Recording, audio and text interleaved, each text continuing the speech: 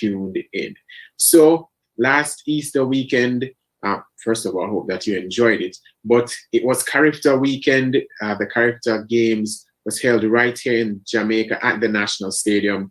And we saw some superb performances, not only from our Jamaican athletes, but those from around the region, including from Adja Hodge of the British Virgin Islands, took the meet by storm, was named the Austin Seeley Award winner, who is the most outstanding athlete at the Carifta Games.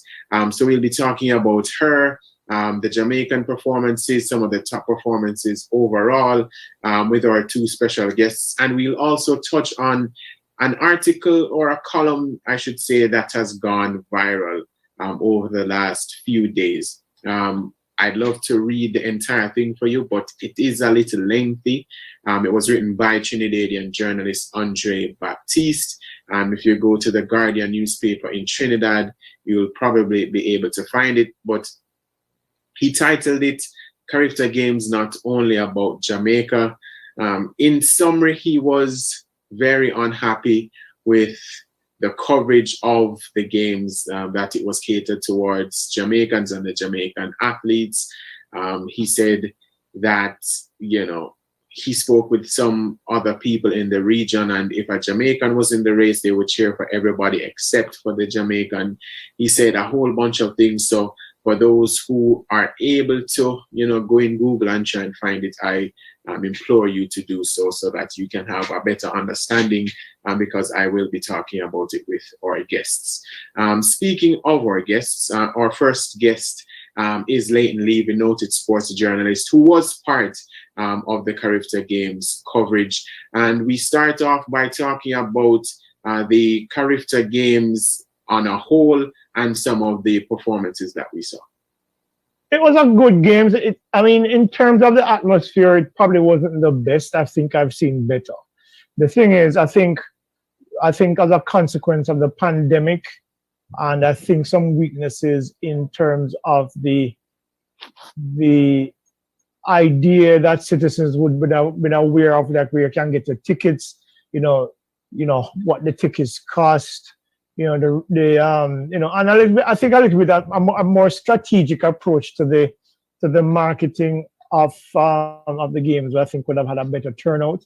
But the last 2 days, I thought I had enough energy that made it worthwhile in the end. Notwithstanding, I think it could have been better, because I think given the performances that we saw, I believe the environment, the energy would have been helped a little bit better had we had maybe 15, 20,000 people inside the stadium to really give you that feel like what champs you get from champs over the years, whereas that energy pushing the athletes to perform even at a higher level than they did, notwithstanding the outstanding performances that we saw. But overall, given the circumstances of people being there are still some people, I think, who are skittish about coming out, because the pandemic is not over, and I think there are a lot of people who are still very, very skeptical about being in the public space. I, for one, was one of those. In fact, had I not been on the broadcast team for Sportsmax, I probably wouldn't have been there. And I know that there are a lot of people like me who are careful because they don't want to get infected, because you don't know how the virus is going to impact on your life in the short term and in the longer term. So I think there are some people who were cautious, so preferred to watch it on, whatever platform they were watching it on. And I think, another factor I think also is because Champs was last week. I think a lot of people who would have spent money to go to Champs last week, not last week, because week before now, would have probably been looking at their budgets and saying, it's probably more prudent for them to watch it on whatever platforms they're watching it on. So I think there are a number of factors that contributed to the absence of what we would have loved to have seen in the stands. Because you saw the Bahamians bring that energy with the drumming and the horns, and some Jamaicans brought that as well later on, day 2 and day 3. But I think for what the crowd that we got, especially on the last day, I thought it was, pretty decent. Yeah, so the Jamaicans dominated, but one name that I guess everyone knows now, Adja Hodge of the British Virgin Islands, Austin Seeley Award winner. gold medal in the 100, 200, and long jump. Mm. How special is she, and what does it say for, you know, women sprinting going forward, knowing that Brianna Williams, the last two, who won the last two Austin Seeley Awards, and also what we have seen on the international stage at the Olympics and World Champs, what does this also say about the future of women sprinting, especially from the region? Look, one of the things, let me address Adja Hodge first, because this girl blew my mind on the first day when I saw her run at 11:54. And when we checked the win, I saw it was minus 3.2. I was like, are you kidding me? That's like 11:29 in the first round, you know, and she wasn't, you could see that she was easy, you know, so, you know, that she went on, well, I actually predicted on here that she was going to win the Cecilia Award from day one. Because I know that given what I saw from her speed, I don't think any of the girls in the respective age group could match her. I wasn't aware that she was going to do the long jump, but you know, they pulled her out of the heat and put her in a long jump where she was third, and that's the thing that made it special for me. You know. She was third, and she said, "All right, cool, let me just done this now and done." So she goes out at boom, 6 feet at 20. I said, "I'll go and work with that." Comes on and runs 23:74 right out of the long jump pit. So you know that this girl is special. On a broader scale, when you're looking at what it means for the Caribbean in terms of women's sprinting, it is more of the same. I mean, Shawnee Miller-Weaver, Shelly-Ann Fraser-Pryce, Elaine Thompson-Herah, Chantal Malone from the BVI. You know, the women. One of the things that I think is unfortunate in this region, and more specifically Jamaica, is that we seem to believe that Jamaica only does well when our male sprinters do well. But let me just bring a little bit of fact that a lot of people tend to overlook, because we're talking about Olympic gold medals here, okay? Not just Olympic medals, but Olympic gold medals. Jamaica won gold medals in 48 and 52. Our next gold medal came in 1976 with Donald Quarry. After 76, the next gold medal came when? 2008 with Usain Bolt. So that's a 24-year windows, right? Where Jamaica produced athletes who would have won gold medals. Now let's look at what the women have done. Marlene Ottey won Jamaica's first Olympic medal in 1980 in Moscow. 16 years later, Dion Hemmings wins her first ever gold medal for a woman at the Olympic Games.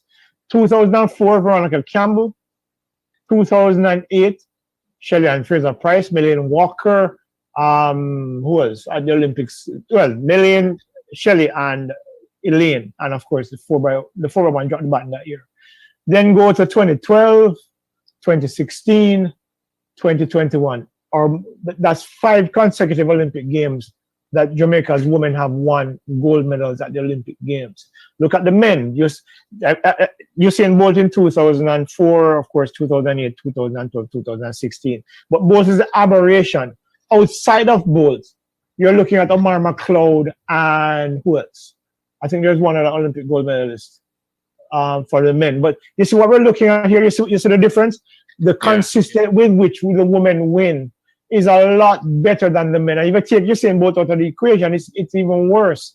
So I think this performance by Adja Hodge and what we've seen from the Claytons, the World Under-20 champion, of course, and the rising Brenna Liston and others, it just tells you that it's time that I believe that Jamaica's women get pride of place, because they've been a lot more consistent than our men. But we live in such a patriarchal society that we only think that our track and field does well when our men do well. And that's not necessarily fair. It's not fair at all. And of course, it just brings further to the fore the reality of what track and field is in the Caribbean, especially with our women. Because, we just talked about the Jamaican woman, but, you look at what, Baptiste from Trinidad have done. I mean, she's one of the few medalists since Atta Bolden back in was it 1996. Mm-hmm. She's been 2000 actually. Atta was the last Olympian. That was the last Olympics. But when you look at it, it's been mainly the woman. I mean, Kishan Walker won gold, yes, but Baptiste has been consistent. Of course, as we mentioned, Keisha, but Shawnee Miller-Weeb out of the Bahamas, Tonique Williams out of the Bahamas, Pauline Davis out of the Bahamas. These are all gold medalists that we're looking at from the Bahamas. And women, of course, you can't overlook Stephen Gardner from the Bahamas, but the Caribbean women have consistently done better than the men, especially at the highest level. So, this is just Adja Hodge. I'm suspecting once she stays healthy and motivated, could be the next great female sprinter coming out of the Caribbean, notwithstanding whatever comes out of Jamaica. I think we will see this young lady, because if you look at her times, 11:29 is just off Brianna Williams' record of 11:27.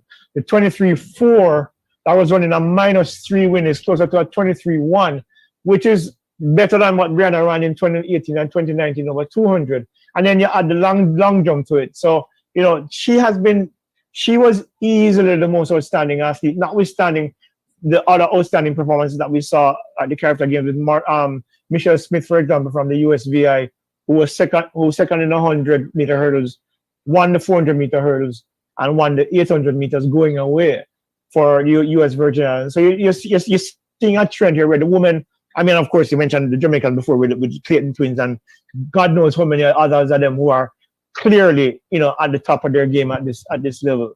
So it just speaks to the quality of what Caribbean women have been doing for a very long time, and deserve the recognition and deserve pride of place as the main medal winners quality medal winners for the Caribbean, and more specifically Jamaica over the years. So, this is just another feather in the women's cap with young Adja Hodge, Leighton Levy there, noted sports journalist. We'll hear more from Leighton after the break, where we'll talk a little bit more of the performances that we saw, what it means for track and field in the region going forward, and also that infamous article about the Carifta Games not only being about Jamaica. So stay with us.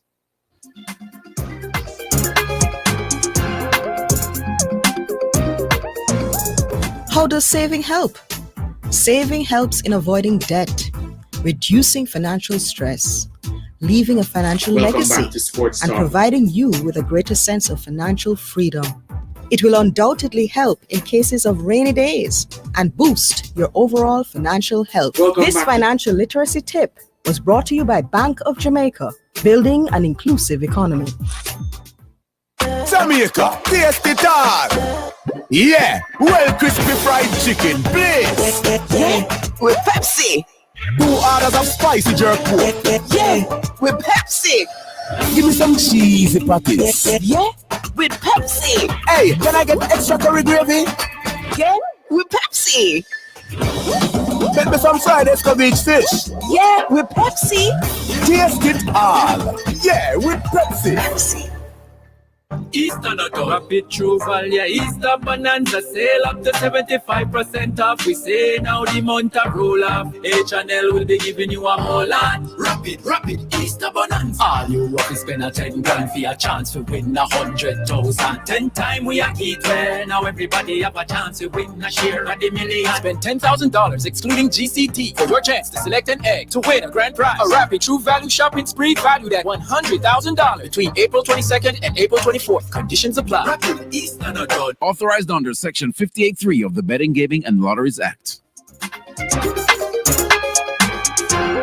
Welcome back to Sports Talk right here on Love 101 FM. So we've been speaking with Leighton Levy, noted sports journalist who was part of Sportsmax's coverage of the Carifta Games. We'll talk a little bit more about some of those performances and what it means for the Caribbean when we go to future championships like the Olympics and World Championships. And we'll also address that now viral article talking about the biased or perceived biased coverage of the Carifta Games towards Jamaica. We could go into all of the top performance that we saw at Carifta, like Keyshawn Strachan, who almost got to 80 meters in the under-20 javelin. That for me was incredible, because listen, amazing.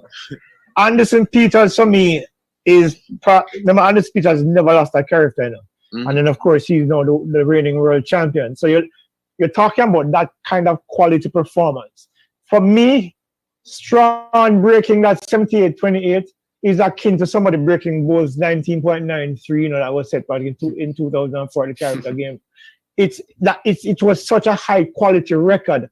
I expected it to last longer than just the 6 years. But this kid comes along and breaks it by more than a meter.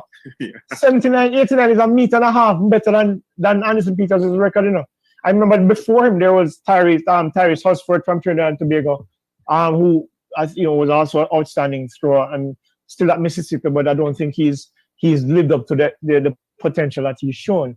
But that record that deserves mention because he was when I saw the thing, the people at the high jump was under threat. Yeah, it was a ridiculous one. I can imagine what if the conditions were like excellent at the time. I think that he maybe have gotten to that 80 mark. We saw our 4x1 girls shatter the under 20 record. Michelle Smith of the US Virgin Islands doing the 4 hurdles 8 double, which very odd combination of it. Yeah. So when you look on just not our Jamaican performances, but those from the Caribbean, does it kind of excite you knowing that over the years, I think people have regarded the Caribbean as more of a sprint nation, but when you see us expanding in all the fields, including Jaden Hibbert, who seems to be one of the best young triple jumpers in the world, does it excite you that the Caribbean could now go to Olympics and World Championships in the future and possibly beat out the traditional powerhouses?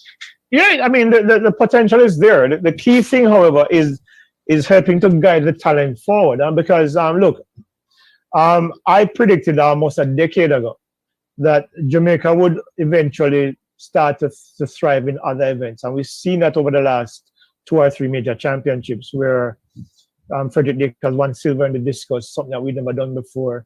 We have a very deep squad in the male and female sprint hurdles. Hansel Parchment. Remember the big brouhaha last Olympic trials when Omar McLeod made this big stink about not making the team, and we ended up with 2 medals in the finals at the Olympic Games. We've seen the increasing depth of the women's sprint hurdles as well with, Brittany Anderson, Danielle Williams, Akira Nugent, Megan Tapper. There's such a deep field there, and of course we may, not to mention Janique Brown, who has not. Let's put it this way. For right now, she's kind of not anywhere. But she's a potential talent that could come back because she's still only 23. When you look at the Bahamas with Devine Charlton, who, did well at the World Indoor Championships and is now beginning to come into her own as a world-class hurdler. You are beginning to see that the Caribbean is beginning to become a little bit more diverse in its skill sets. We just mentioned Keyshawn Walcott. We just mentioned Anderson Peters, javelin world Olympic titles and of course world titles there in those events as well. So we're seeing a more diversified talent pool from the Caribbean. So yes, it's exciting. What was disappointing for the Character Games is that I think because of the pandemic, I believe that a lot of the countries weren't up to full speed yet. Jamaica had that advantage because we had meets last year when everything was shut down. And so our athletes are a little bit further ahead than the rest of the Caribbean. But overall, when you look at the talent coming through the Caribbean across the disciplines, I would not be surprised if in the next 8 years or so, we will see more talents coming out of the Caribbean in a broader scope. Chantal Lola last year from the BVI, for example, was a world leader in the long jump, and then an injury prevented her from actually ending up on the podium in Tokyo. So you're looking at jumpers, look at this kid called Antoine from Trinidad and Tobago. He's clearly somebody, if he continues along this current path, he could be a world, an Olympic champion in the next few years, or a world champion in the next few years in the high jump. So you're looking at a broader pool of talent coming through, because I think what we're beginning to see is that with the availability of expert coaching across the region, we're beginning to see the emergence of not just sprinters anymore, but jumpers, high jumpers, long jumpers, throwers, which brings a more diverse talent pool out of the Caribbean, which, I mean, all things being equal, if everybody remains healthy and motivated, and, there are many circumstances that prevent people from going on to be their best. But if those circumstances remain consistent, I wouldn't be surprised to see the Caribbean in 2028 or 2032, winning medals in the jumps. Well, not because we won medals in the jump before James Beckford, of course, in '96. But winning more medals more consistently in some of these non-traditional events, because it's clear the talent is there, and it's just about honing that talent now and protecting it, guiding it until it gets to that very highest level. So we talk about all of the top talents that we saw at Carifta, the future of track and field in the region. Trinidadian journalist Andre Baptiste, while he was watching Carifta, I guess he had other thoughts, did a very lengthy article titled Carifta Games Not All About Jamaica. And I would love to read the whole thing, but I can't. But some of the things that stood out to me, he said, there's no doubt that Jamaica is not alone nor bothered that their commentary or comments create a bullish perspective or disregard for others. He said, after speaking with some other people from the region, that once a Jamaican was in the race, the rest of the region wanted someone else to win, saying almost hearing Jamaica's success every 2 minutes bothered him, and I could go on and on. As someone who was part of the coverage and just a track and field analyst in general, just your overall thoughts on the article. Would you regard it as bad mind, as some people saying? Do you think he has valid points? Just your overall thoughts. All right, here's the thing. First of all, the only reason why I'm giving any attention to Baptiste's column is because you asked me about it, because it was such nonsense. One of the things that I found stunning coming out of that column is the fact that, let me just tell you what it was, okay? So we did several features on the athletes competing at the Carifta Games. More than half of them were about foreign, well, I won't say foreign, I'll specify, from the Caribbean, Trinidad and Tobago, St. Vincent, Bahamas, I think. Yeah, we did features on all of these athletes, okay, that were injected into the coverage, okay? The first athlete that we interviewed was the under-17 shot put winner from the BVI. The second interview that we did was Strachan from the Bahamas. And the only reason why we didn't get him first is that we couldn't find him. We were searching the entire state and couldn't find him. I eventually had to reach out to the Bahamian delegation, and they eventually made him available. We did trackside interviews with everybody who won on a particular day. I think there were some days we missed out because I think of the shortage of manpower, we didn't have anybody to go trackside for a little bit. But we discussed at length Adja Hodge. We discussed at length Strachan about the javelin. We discussed at length the young lady from the USVI, Michelle Smith.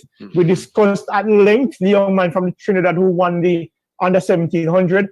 We had, I thought, based on what we're looking at, because we were very cognizant of what the reality was, that we needed to be more objective in our coverage. But here's the reality of it. Jamaica won 45 gold medals and 92 medals overall, the highest ever medal haul. What were we supposed to do? Ignore the 45 gold medals and the numerous 1-2s? As a friend of mine from Barbados, and a lawyer called me the day after Carifta and said to me these words: when Jamaica wins an event and the Barbados girl comes third, are you supposed to talk about the girl from Barbados? That's what he said to me. Okay, so here's the reality. What Baptiste is saying is not only baseless, it is childish, and it is impudent, and it is also without any merit whatsoever. Because the reality on the ground was that we did, I thought, a good job. I mean, I'm sure we could have done a better job, because everything can be improved. But I thought we did a very good job of spreading the wealth, of spreading the visibility and the discussions around the Caribbean athlete. In fact, there were people mentioning to me that the way we talked about the Caribbean athletes, they were not even aware that we knew so much about these athletes. Because we were following, look, one of the things that I do, and I think you know this, Daniel, I follow the Caribbean athletes all year. It's not just Jamaican athletes, because the website that we produce content for is for the Caribbean. So we know these athletes. I spoke to the president of the BVI Athletic Association from early March, and he told me that they were coming to win medals.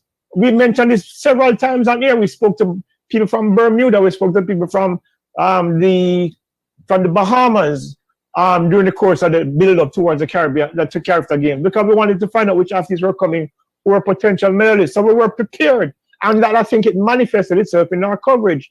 The thing is, we had no control over who was winning the medals. Remember now, Jamaica won more gold medals than the Bahamas won, period, you know. Bahamas won 17 medals. Jamaica had 45 gold medals. That's almost 3 times as many gold medals as the Bahamas had medals. Okay? The BVI won 4 gold medals, right, which was extraordinary for them. I think that's probably their best ever medal haul. And we discussed all of their medalists, including interviews. In fact, to the point where we actually brought Adja Hodge into the broadcast area, and she met Shelley and Fraser Price, who signed their spikes, right? And that was put up on our social media pages for all to see. Right? We had, every single time we had one of them inside of the broadcast area, we had them on our social media pages. So I don't understand this idea that we were biased towards Jamaica because, you know, of this intrinsic bias. No, the fact is Jamaica won 70% of the medals that were on offer at the Carifta Games. Therefore, it would dictate that they would command an equal amount of coverage, because they were the people at the front of the pack in virtually every single event. If you look at the swath of the relays, for example, Jamaica won every single relay. Okay? Let me tell you how bad it was. And this is something that I think a lot of people tend to overlook.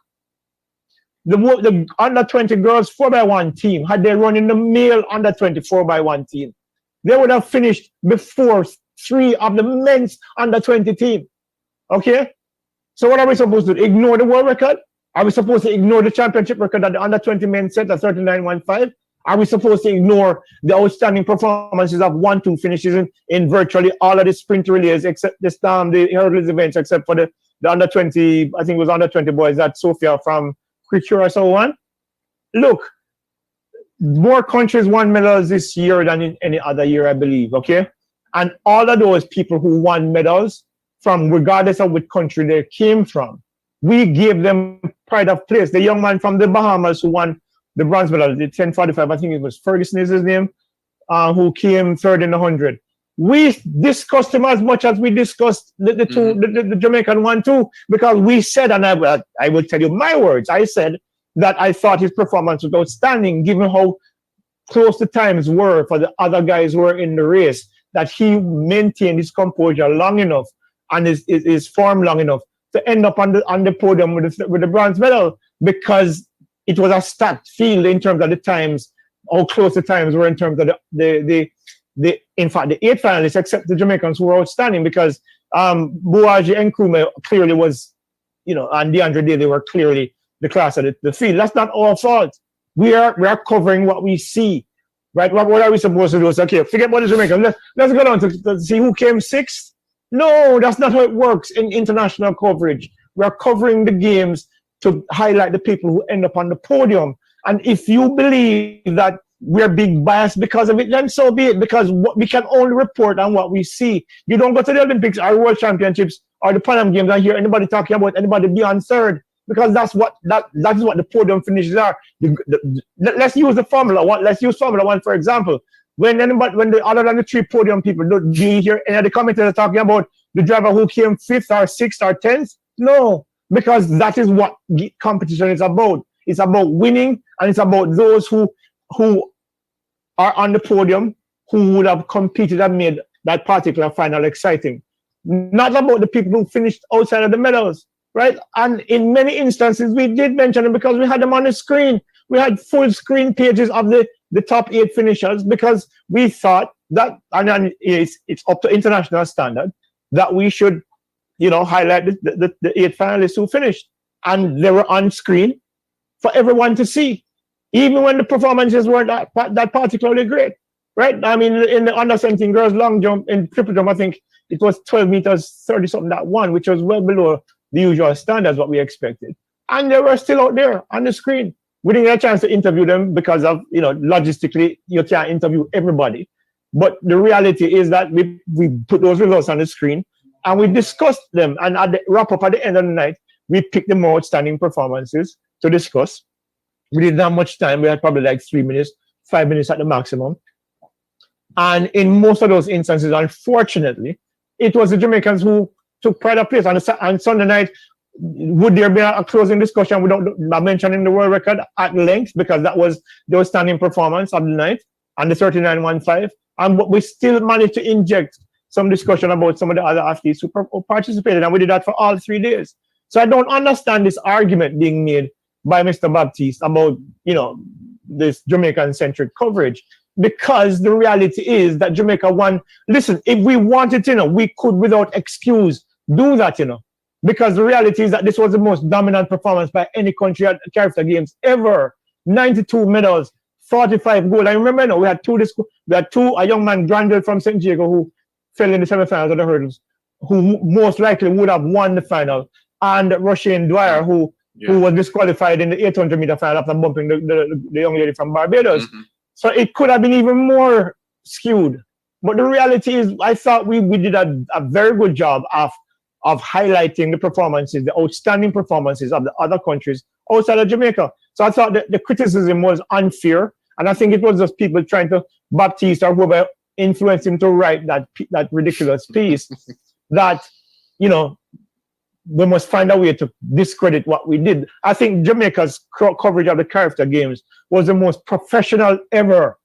And I say that without any apology, because if you can look at YouTube and look at the previous Character Games, you will hear the ridiculous commentary, you will hear no analysis, and you will hear what we did not do on this coverage of the Character Games. We had professional analysis, we had professional commentary. I think Ricardo Chambers did a fabulous job along with Hubert Lawrence. All right, we had Maurice Wignall, who spoke highly of a number of. I remember when we were doing the 400 meters, he was speaking highly of this. What's her name? Boyd, I think from, was it Bermuda? I'm trying to remember. But he spoke highly of her because she won the under 17 at the last Character Games and would have missed out 2 characters because of the pandemic and then come back. She eventually finished 3rd in the final. But he gave her pride of place. He actually made her a favorite to win the event, right? So it's not like we ignored anybody. We every single opportunity that presented itself in terms of people from the other islands who were competitive and who did a fantastic job of trying to contending for medals. We gave them, I thought, equal coverage, if not in some instances. When you go back to Adja Hodge, we were talking about Adja Hodge all across all 3 days, right? We had her, as I said, we had her in the broadcast booth. We talked to her at the sideline interview with Daniel Dowie did an interview with her trackside, and we spoke to everybody around. We discussed her ad nauseum, right? So I don't understand I find it a little bit. It's insulting to me. And you probably hear the emotion in my voice, because I find it is so unfair and so egregious that somebody would make such an accusation, given what we know what we did in terms of the coverage. Yeah, and just to bring in my personal perspective, I also believe that for someone who is one of the top journalists in Trinidad, for that to be his main piece, where we, at length we've spoken about some of the top performance that we saw, for him to have highlighted that, like focused on that, it almost, to me, takes away from the athletes, in my opinion. So even if you had an issue with the commentary, he barely mentioned any of the athletes in his piece, and because he did not have anything. The only thing he cited, the only thing he cited in the piece was a comment made by Garfield, president of the J3As, that had nothing to do with the commentary team. We asked questions, they responded, and that he took that particular example to cite. tells you that he had nothing else to go on, right? And it's instructive. Can you mention how lengthy the piece was a full-page piece? That he had nothing, and that is why he picked on the Garthdale thing, because there was nothing else that he could use, because he had no fodder to feed his ridiculous theory. A passionate Leighton Levy there, noted sports journalist, and he was part of the coverage of the Carifta Games with Sportsmax, talking about the article written by Trinidadian journalist Andre Baptiste, saying that Carifta Games is not only about Jamaica. We head into another break, and when we come back, we'll be joined by Barbadian sports journalist Anmar Goodrich Boy. Stay with us.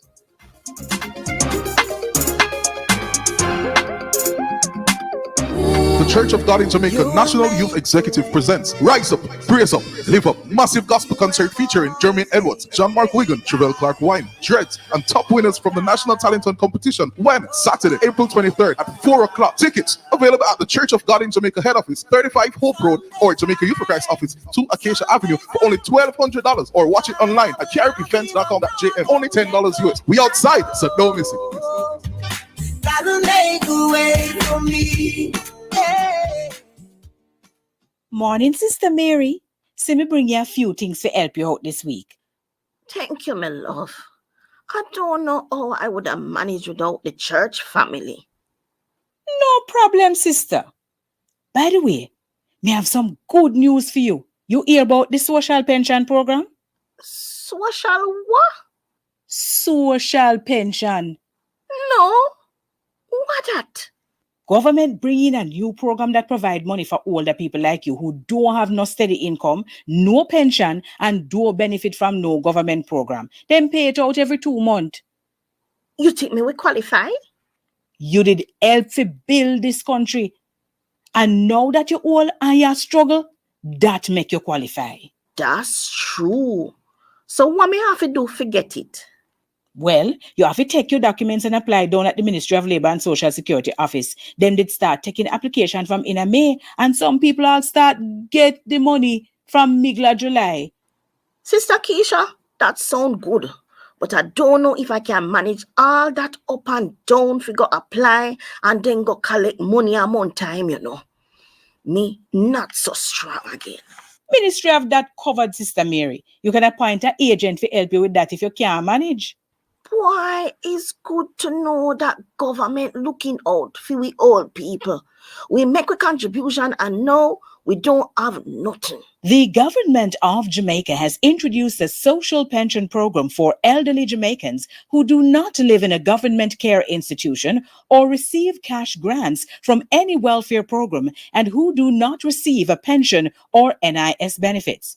You can't afford to miss out. Visit the Ministry of Labour and Social Security's office in your parish to apply. You must take your birth certificate, a government ID card, your NIS and TRN cards, and your bank account details to facilitate payment of your benefits. Don't have a bank account? Not to worry. We will pay your benefits through a remittance agency. Apply now. For more information, call 876-922-8007 or check the ministry's website at www.mlss.gov.jm. The Social Pension Program, caring for our elderly. A message from the Ministry of Labour and Social Security. The Ministry of Health and Wellness invites members of the public to attend a vaccination site Saturday, April 23 and Sunday, April 24 to receive their first, second, or booster dose of the AstraZeneca, Pfizer, Sinopharm, or Johnson & Johnson vaccine for persons 18 years and older. Jamaicans 12 years and older will also be offered the first or second dose of the Pfizer vaccine. Here are the sites for Saturday, April 23. St. Thomas, Morant Bay Health Center, 9 a.m. to 3 p.m. Kingston and St. Andrew, 9 a.m. to 3 p.m. St. Joseph's Hospital, Dehaney Park, Harbourview, and Gordontown Health Centers, Fontana Pharmacy, Barbican and Waterloo, 10 a.m. to 5 p.m. Health Plus Associates, 9 a.m. to 5 p.m. Bethel Baptist Church, 9 a.m. to 3 p.m. Erudite Medical, 10 a.m. to 3 p.m. Kintyre Community Center, St. Matthew's Church, Almond Town, Glen Vincent Health Center. In St. Catherine, 10 a.m. to 3 p.m. Online Medics, 9 a.m. to 8 p.m. Linstead Health Center, 10 a.m. to 3 p.m. Harkers Hall, HC, 10 a.m. to 3 p.m. In St. James, Montego Bay Comprehensive Health Center, Type 5, 10 a.m. to 4 p.m. In Westmoreland, Royal Medical Center, 8 a.m. to 5 p.m. Here are the sites for Sunday, April 24. Kingston and St. Andrew, Sunrise Health Center, 9 a.m. to 3 p.m. Health Plus Associates, 9 a.m. to 1 p.m. Winchester Medical and Surgical, 9 a.m. to 3 p.m. St. Catherine, Online Medics, 11 a.m. to 4 p.m. In St. James, Montego Bay Comprehensive Health Center, Type 5, 10 a.m. to 4 p.m. Persons should take their vaccination card, a government-issued ID, or letter from a Justice of the Peace to the sites. Let's get vaccinated and get back to life.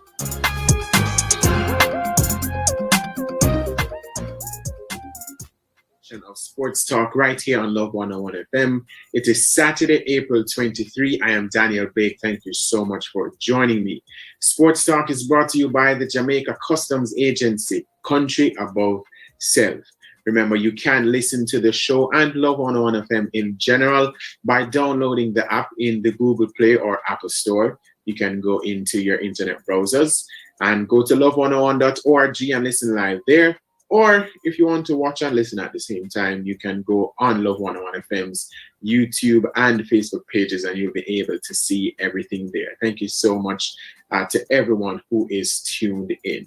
So last Easter weekend, first of all, I hope that you enjoyed it, but it was Character Weekend. The Character Games was held right here in Jamaica at the National Stadium, and we saw some superb performances, not only from our Jamaican athletes, but those from around the region, including from Adja Hodge of the British Virgin Islands, took the meet by storm, was named the Austin Seeley Award winner, who is the most outstanding athlete at the Character Games. So we'll be talking about her, the Jamaican performances, some of the top performances overall, with our two special guests. And we'll also touch on an article or a column, I should say, that has gone viral over the last few days. I'd love to read the entire thing for you, but it is a little lengthy. It was written by Trinidadian journalist Andre Baptiste. If you go to the Guardian newspaper in Trinidad, you'll probably be able to find it. But he titled it Character Games Not Only About Jamaica. In summary, he was very unhappy with the coverage of the games, that it was catered towards Jamaicans and the Jamaican athletes. He said that, he spoke with some other people in the region, and if a Jamaican was in the race, they would cheer for everybody except for the Jamaican. He said a whole bunch of things. So for those who are able to, go in Google and try and find it, I implore you to do so that you can have a better understanding, because I will be talking about it with our guests. Speaking of our guests, our first guest is Leighton Levy, noted sports journalist who was part of the Character Games coverage. And we start off by talking about the Character Games on a whole and some of the performances that we saw. It was a good game. In terms of the atmosphere, it probably wasn't the best. I think I've seen better. The thing is, I think as a consequence of the pandemic, and I think some weaknesses in terms of the idea that citizens would be aware of, that we can get the tickets, what the tickets cost, and I think a little bit of a more strategic approach to the marketing of the games, I think would have had a better turnout. But the last 2 days, I thought I had enough energy. that made it worthwhile in the end. Notwithstanding, I think it could have been better, because I think given the performances that we saw, I believe the environment, the energy would have been helped a little bit better had we had maybe 15,000-20,000 people inside the stadium to really give it that feel like what champs you get from champs over the years, whereas that energy pushing the athletes to perform even at a higher level than they did, notwithstanding the outstanding performances that we saw. But overall, given the circumstances of people being there are still some people, I think, who are skittish about coming out, because the pandemic is not over, and I think there are a lot of people who are still very, very skeptical about being in public space. I, for one, was one of those. In fact, had I not been on the broadcast team for SportsMax, I probably wouldn't have been there. And I know that there are a lot of people like me who are careful because they don't want to get infected, because you don't know how the virus is going to impact on your life in the short term and in the longer term. So I think there are some people who were cautious, so preferred to watch it on, whatever platform they were watching it on. And I think, another factor I think also is because Champs was last week. I think a lot of people who would have spent money to go to Champs last week, not last week, because week before now, would have probably been looking at their budgets and saying, it's probably more prudent for them to watch it on whatever platforms they're watching it on. So I think there are a number of factors that contributed to the absence of what we would have loved to have seen in the stands. Because you saw the Bahamians bring that energy with the drumming and the horns, and some Jamaicans brought that as well later on, day 2 and day 3. But I think for what the crowd that we got, especially on the last day, I thought it was, pretty decent. Yeah, so the Jamaicans dominated, but one name that I guess everyone knows now, Adja Hodge of the British Virgin Islands, Austin Seeley Award winner, gold medal in the 100, 200, and long jump. How special is she, and what does it say for, women sprinting going forward, knowing that Brianna Williams, the last two, who won the last 2 Austin Seeley Awards, and also what we have seen on the international stage at the Olympics and World Champs, what does this also say about the future of women sprinting, especially from the region? Look, one of the things, let me address Adja Hodge first, because this girl blew my mind on the first day when I saw her run at 11:54. And when we checked the win, I saw it was minus 3.2. I was like, are you kidding me? That's like 11:29 in the first round, and she wasn't, you could see that she was easy, so, that she went on. Well, I actually predicted on here that she was going to win the Cecilia Award from day one, because I know that given what I saw from her speed, I don't think any of the girls in the respective age group could match her.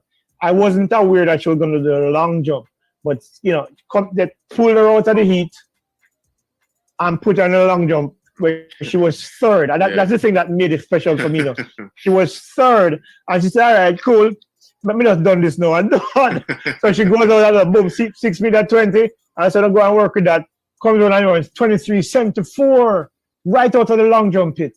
So you know that this girl is special. On a broader scale, when you're looking at what it means for the Caribbean in terms of women's sprinting, it is more of the same. I mean, Shawnee Miller-Weaver, Shelly-Ann Fraser-Price, Elaine Thompson-Herah, Chantal. Welcome back to Sports Talk right here on Love 101 FM. So earlier we spoke with noted sports journalist here in Jamaica, Leighton Levy. We'll now be joined by Anmar Goodrich Boyce, who I spoke with as well. He actually covered the Tariffs Games right here in Jamaica for the Nation newspaper out there in Barbados. We asked him about his overall experience at the games, the performances from the athletes from Barbados, and if he felt as though there was some bias towards Jamaica during Tariffs. Well, first of all, it was great to have the Tariffs Games back, not only in Jamaica, but back on the whole for the last 2 years. We had the pandemic, so we had 2 cancellations in 2020 and 2021. So first of all, as an athletic supporter, an athletic fan, it was great to, see the region's most prestigious junior track and field event, actually taking place. It is the showpiece in terms of junior athletics so in the Caribbean. So it was lovely, to see all the countries back, all the athletes participating, over 500 athletes, doing battle in fierce competitions for 3 days over the Easter weekend. It was definitely lovely. The atmosphere inside the National Stadium in Kingston was electrifying. It was actually my first time in Jamaica, my first time covering an event at the National Stadium, and oh boy, it was absolutely lovely. The drums, the music, just the whole culture of Jamaica. We know Jamaica is the world hub for athletics. So, it was a case where I felt at home. I felt like, it was the greatest place to be in terms of track and field, in terms of athletics. So the atmosphere, absolutely lovely. I would say over the first 2 days, I was a bit disappointed in terms of the number of spectators that I saw in the National Stadium. But obviously, on that final day, that final night, the crowd grew as, I learned that, the organizers made the final day free. So which made sense that we had a bumper crowd. But yeah, the atmosphere, the competition, it was absolutely lovely. Kudos to the organizers, kudos to Jamaica and the Jamaican government, for pulling together the Carifta Games. I know it is a very daunting task, a very hard task. Can't be easy, to pull together, an event of that magnitude, but to do it, at short notice as well. Kudos to the local organizing committee, Mr. Mike Fannell, and his team, the Jamaica government, and all the countries for coming out and supporting, coming out and participating. Yeah, so Barbados, I believe, sent 17 athletes, finished with 11 medals. How proud were you, as not only as a reporter, but as a Bayesian, to see the team's performance, despite some of the issues that you had back home? Well, like I mentioned before, the last time that the Carifta Games were held was in 2019, and Barbados actually equaled its medal haul.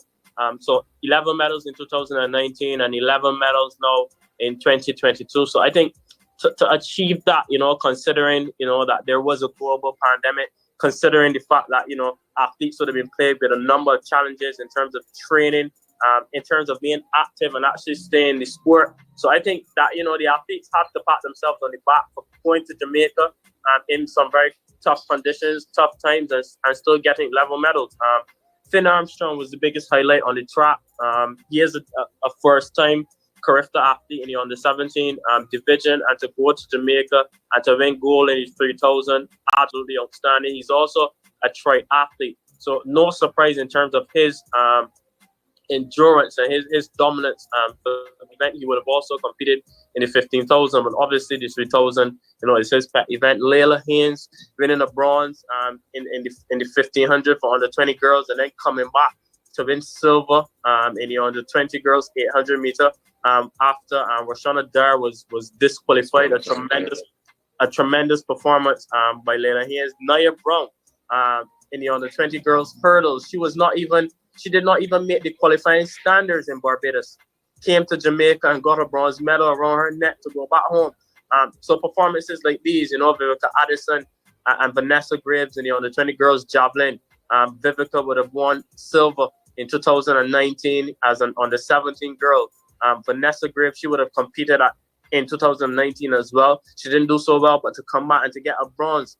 Very encouraging performances. Kevin Himes in the under 20 boys shot, but he was fourth in Cayman Islands 3 years ago. He came to Jamaica and he left with a bronze medal. Absolutely outstanding. Our 4x1 team for the under 20 girls in terms of the relay. It was the first time that these girls had been assembled together and they have a silver medal, and it took a world record by the Jamaican team to beat them. So I think that Barbados, the Athletics Association of Barbados can be proud, Barbadians can be proud, and track and field fans on the island, can really walk with their heads high, given the performances that the athletes did out there. Our 4x4 team as well, the under 20 boys, the first time that those boys would have been running together as well, and to get a bronze medal, simply outstanding.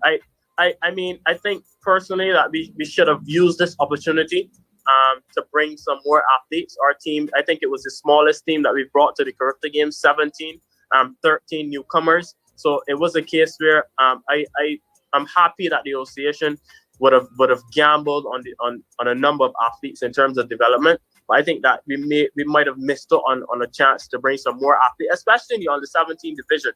We had one under 17 boy and I think two under 17 girls. So it's a case where I think that we should have utilized those divisions, to bring more athletes, to get that exposure and that development. I know that you're proud of the Bajan athletes for their performances, but was there any other performances maybe from the Jamaicans, 92 medals overall? Was there any performance that stood out to you from the Jamaicans or from any other Caribbean country? Before we talk about the Jamaicans, let's talk about Adja Hodge. Absolutely outstanding, the Austin Silly Award winner. Goal in the 100, on the 17, goal in the 2, and then goal in the high jump. Simply outstanding. From BVI, she kind of just burst on the scene. There wasn't really much known about her before the Carifta Games. If we're being fair, if we're being honest, she came to Jamaica and announced herself in outstanding fashion, and not only in outstanding fashion, but under the watchful eyes of people like Shelly-Ann Fraser-Price, who is an Olympic champion, Usain Bolt, another Olympic champion, probably the best sprinter the world has ever seen, Latoya Gu, who's the Jamaica 800 meter record holder. So to do it in front of all of these people, and simply outstanding. On the Jamaica end, let's talk about Tina Clayton. Let's talk about Brianna Liston. That relay team, a world record. I think it was 42.58 in the under 20 girls 4x1. Magnificent. That's how I can describe it. Jaden Hibbert, he was absolutely outstanding as well, winning the long jump, winning the triple jump as well. So, I mean, people will talk about the coverage, but honestly, Jamaica winning 92 medals, continuing their winning streak. I think it signals that, Jamaica is definitely the factory for world track and field. I think that's how we must see it. There's nothing else we can do. I think the Carifta Games definitely showing that there is a far disparity between Jamaica and the rest of the countries. Yeah, and you mentioned that, and one of our Caribbean colleagues, Andre Baptiste, wrote an article titled "Carifta is not only about Jamaica." He mentioned some things about the commentators, implying that they were biased, that they were praising Jamaican athletes too much, those type of things. Just from your experience covering Carifta Games, watching it, do you think that there is a bias towards the Jamaican athletes? Do you think there's too much focus on the Jamaican athletes?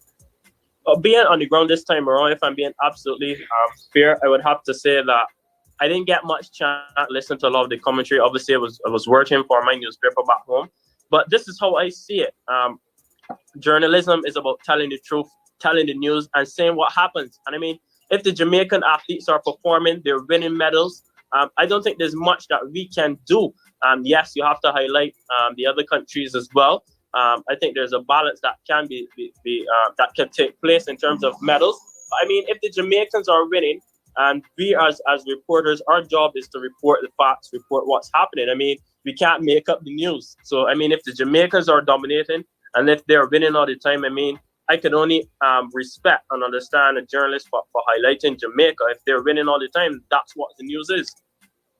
Yeah. The Carifta Games is about the Caribbean. Jamaica has dominated since, I think, the early 80s when they didn't win that one, but they've had that long streak.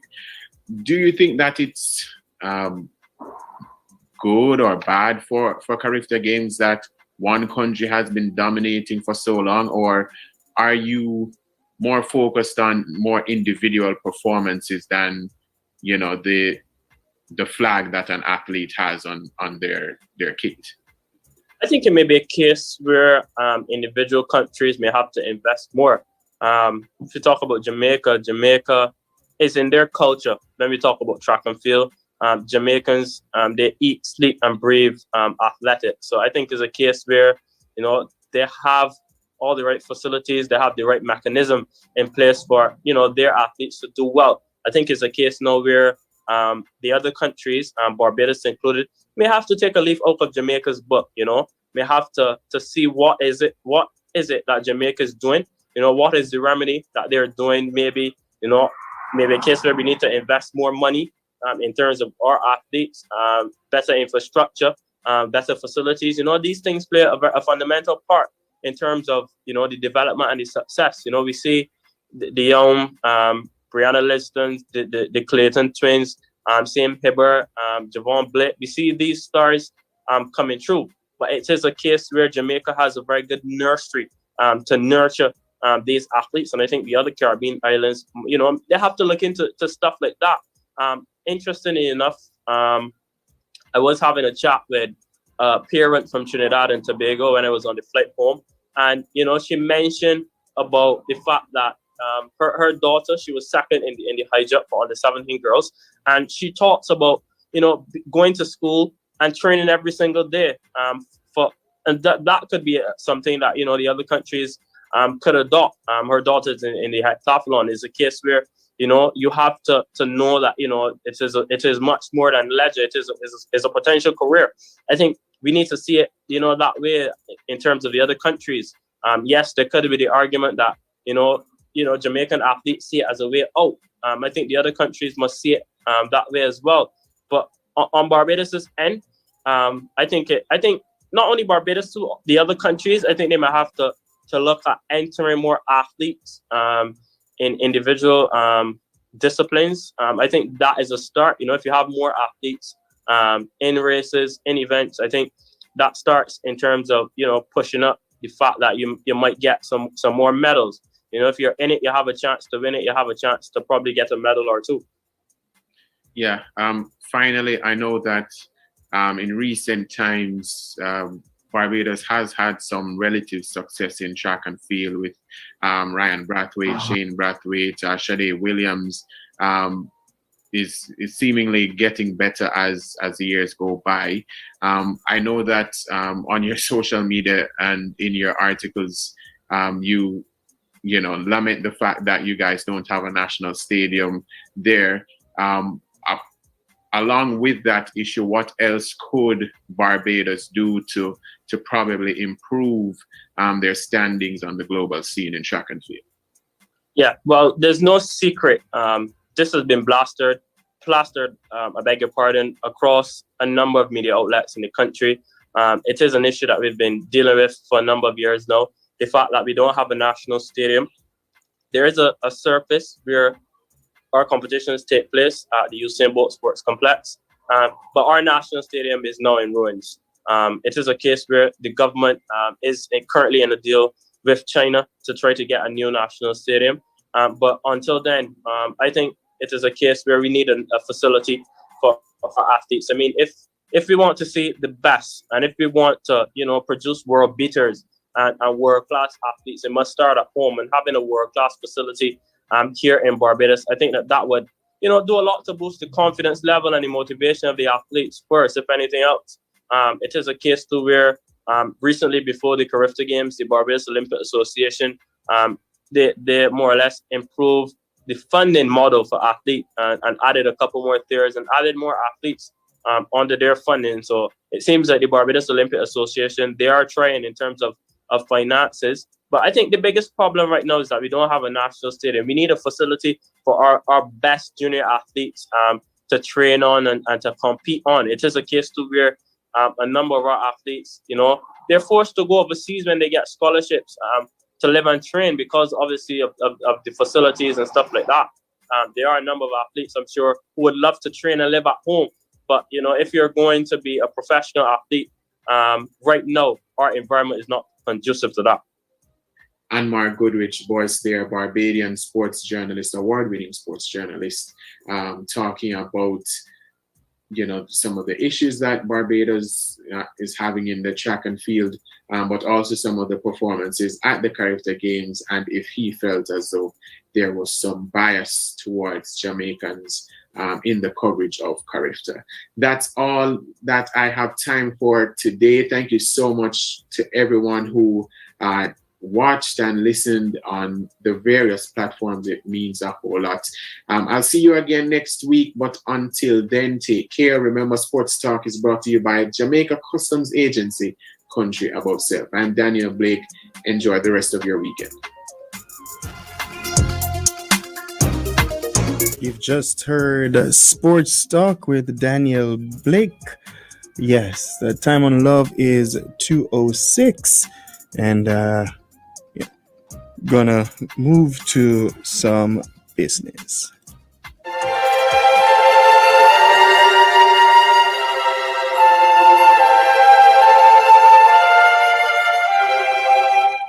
We have been asked to announce the deaths of Noel Hines and Jennifer Perry. Noel Hines of Tatius Boulevard Housing Scheme, Churchman, died on February 28, leaving 11 children, 30 grandchildren, 37 great-grandchildren, 10 great-great-grandchildren, other relatives, and friends.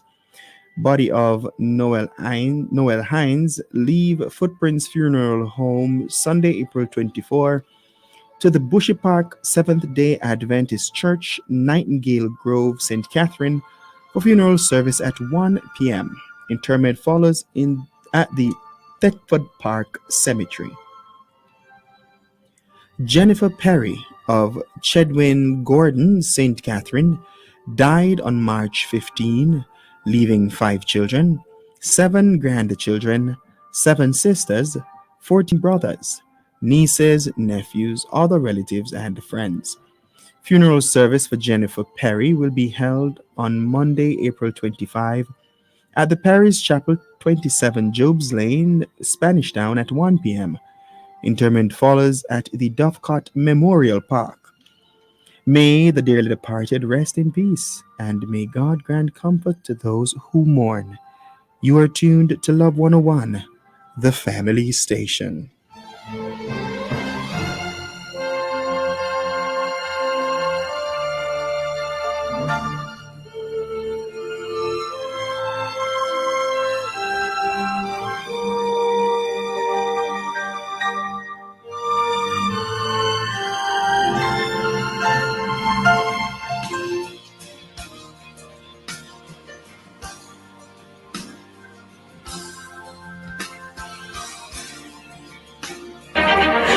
Jamaica and its workforce are advancing quickly.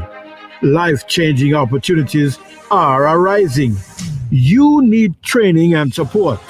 We are the Renewed Heart NSTA Trust, committed to providing new and emerging skills training and opportunities. Come to Heart. We'll help you claim your place in the workforce of the future.